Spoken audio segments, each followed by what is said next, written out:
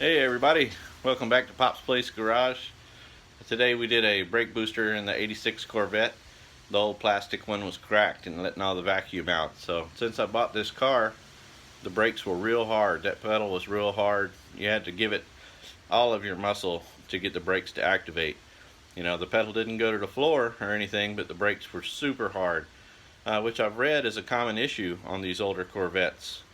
So what I'm doing here today may help you. If you've got a hard brake pedal on your Corvette, check for vacuum leaks, check your brake booster. These OEM plastic brake boosters were prone to crack from the heat from the engine bay over time.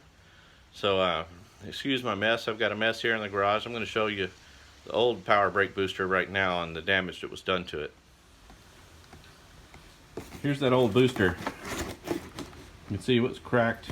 It was cracked pretty good right through where the check valve goes into it, where the main vacuum line goes in. So it wasn't getting any vacuum at all. It was starting to separate in the middle as well. When I bought this car, they had a big gob of silicone all over this, and I didn't pay it much attention because it's an old car, and I just didn't think about it. Brake pedal was super hard, and they didn't want to inspect it for me. I had to come check it out, and see what was going on. So I pulled that silicone off eventually after hearing a little hiss come from there, and sure enough, a big old crack.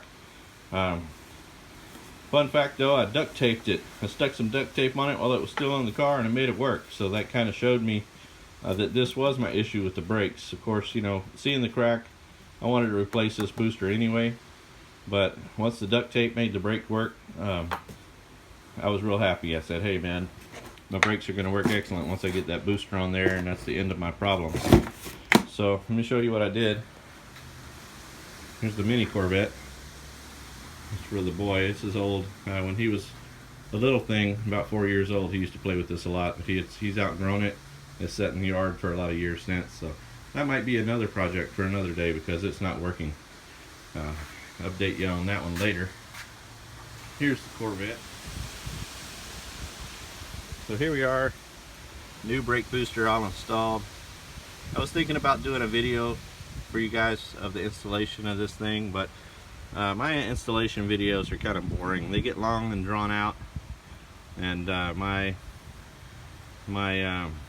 percentage of views, they watch it all the way through, I don't know what you call it, they're not very good. People don't tend to watch my videos all the way through because I think they just get bored. I talk kind of slow sometimes, and I work kind of slow all the time. So I just swapped it out off camera. So there it is. I started the car up already. I don't have any vacuum leaks at all. Now here's some tips for you guys. This might help more than a video of actually putting this thing on.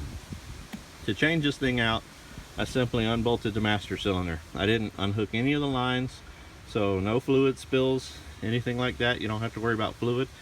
You unbolt this master cylinder, you just move it over here out of the way.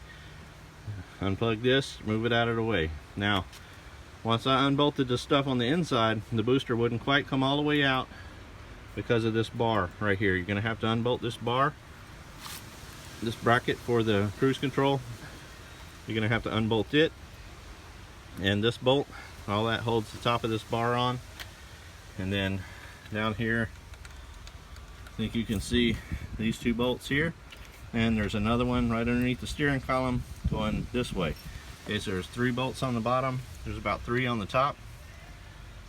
2 of them share this bracket right here for the cruise control, and then there's one right here. Now on the inside, it wasn't a bad job at all. You want to drop this panel out of the way. There's another little plastic panel in front of that. You want to get it out. And then your power brake booster bolts, besides taking the cotter pin out of the power brake booster rod that goes to your pedal, that's fairly self-explanatory to get it out. Those 2 bolts that hold that booster to the firewall, if you take this stuff out, you can use a long extension and you can go straight in on either side, and it's super easy. No need to take the seat out. This whole job took me just a little over an hour to do. I got it back together and it works great. So hope this helps you guys. Kept it short today. Thanks for watching Pop's Place Garage. Make sure to subscribe, and I'll be showing you some other little things we're going to do to this car. I'm not sure what's next, but I'll make another video soon. See you guys then. Thanks for watching.